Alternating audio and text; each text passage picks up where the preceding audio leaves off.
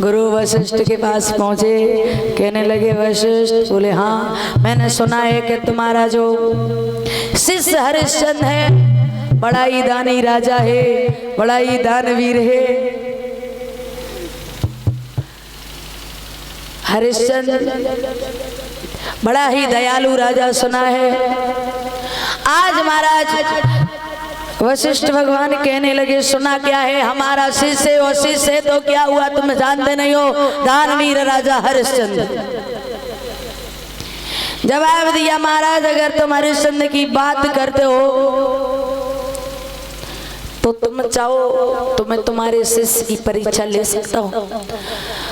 वशिष्ठ देव कहने लगे विश्वामित्र ये कौन सी बड़ी बात है, तुम जब चाहो तब हमारे हरिश्चंद्र हमारे शिष्य की परीक्षा ले सकते हो। आज महाराज विश्वामित्र चले हैं हरिश्चंद्र के पास और हरिश्चंद्र की बगिया में पहुंचे विश्वामित्र में रूप सूकर का रूप रखा है और बाघ को उजाड़ने लगा।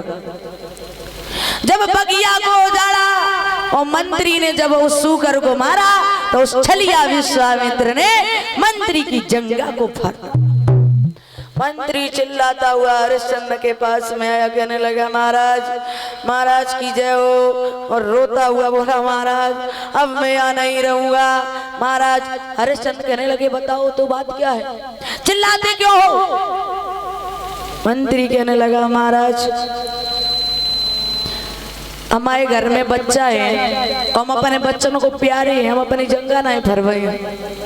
महाराज हम आज के बाद तुम्हारी बाघ की रखवाली नहीं करूंगा। हरिश्चंद्र कहने लगे मंत्री बात क्या है? बोले कि अभी अभी चलो चल करके उस सूकर का वध करना चाहिए। महाराज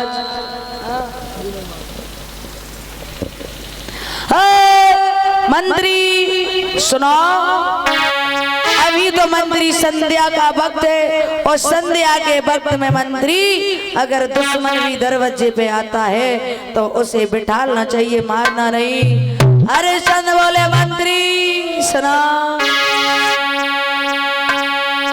अरे संध्या को वक्त मंत्री तो कमत धीरे काऊ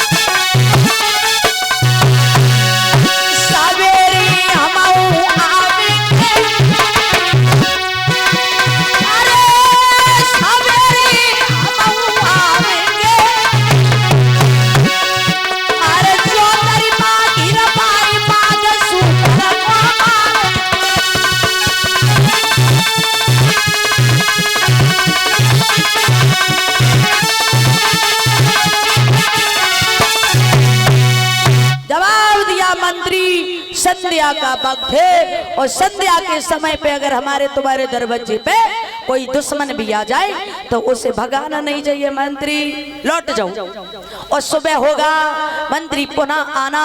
सुबह होते होते बाघ को घिरवा करके उस शुकर को मारेंगे।